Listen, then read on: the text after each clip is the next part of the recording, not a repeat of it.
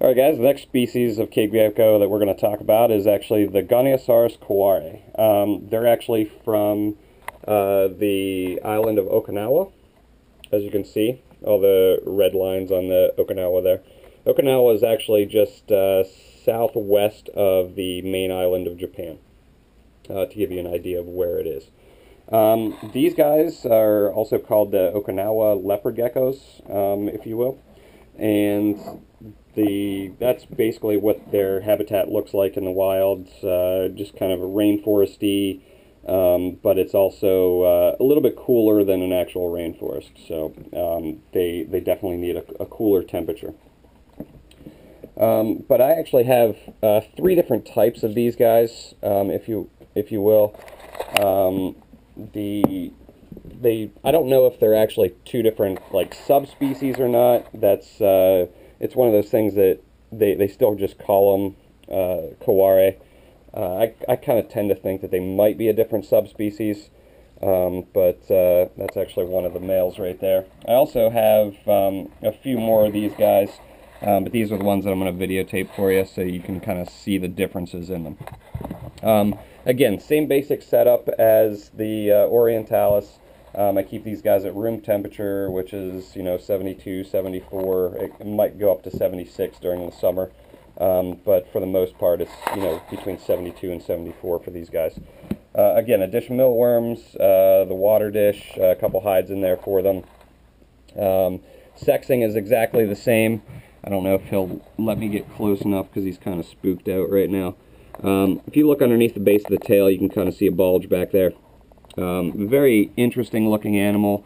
This one, as you can see, has basically, if he would stop for a second here, he has like a stripe going down his back, and then he also has a band. I'm going to go into that a little bit more with the next couple that I'm going to show you.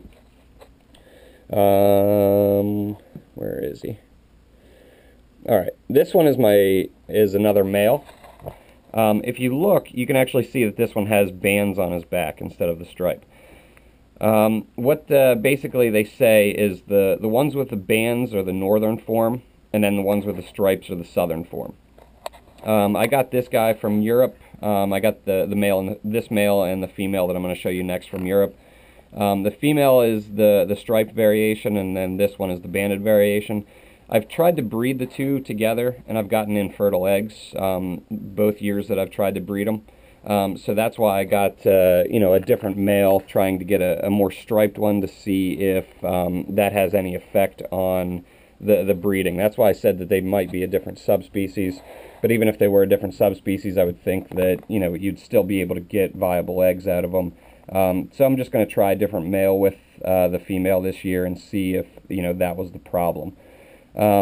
Basically, as you can see, this one's a male. Very, very dark coloration to this one.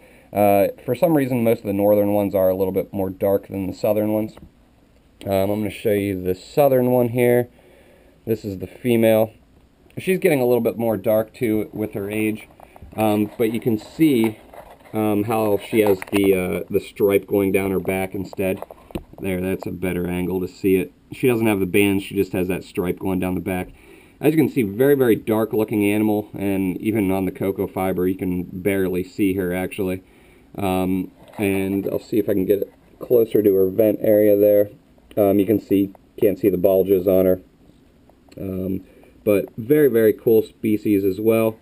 I'm going to put a couple pictures of these guys up on my Facebook wall as well, just so you guys can see them. This is basically, sorry, my phone was ringing there for a second.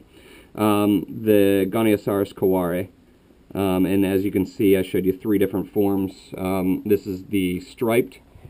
This is the banded, or the northern. The striped is the southern. And then this one's kind of almost a mixture of both, where it has the bands in the back, but then it has the stripe at the top area there. But hopefully I can get some viable eggs out of these guys this year. As I told you before, the female laid me infertile clutches the last 2 years, so we'll see if we can't get some eggs out of these guys. But thanks for watching. That's the two Japanese species of cave gecko that I work with.